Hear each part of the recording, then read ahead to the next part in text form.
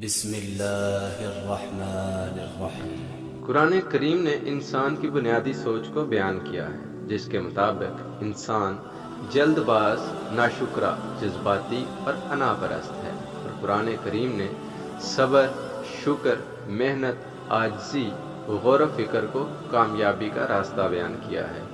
دنیا میں کسی بھی چیز، چاہے مشینری ہو، ٹیکنالوجی، نباتات، بیماری، تعمیرات یا حیوانات، اگر آپ اس کی بنیاد سمجھ جائیں تو آپ اس کی ہر پوشیدہ حالت کو سمجھ جاتے ہیں۔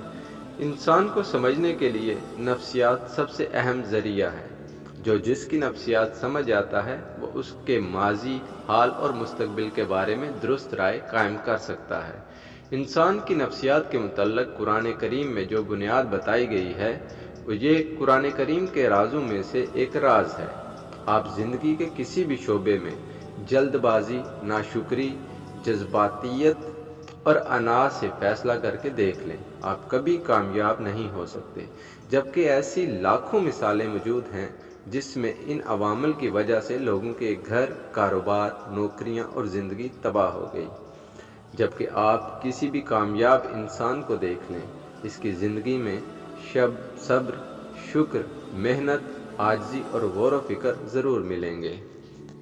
قرآن کریم معاملات دنیا کے لیے اللہ تعالیٰ نے حضور صلی اللہ علیہ وآلہ وسلم پہ نازل فرمایا، اور آپ صلی اللہ علیہ وآلہ وسلم نے اسی کتاب کے مطابق ریاست مدینہ کی بنیاد رکھی۔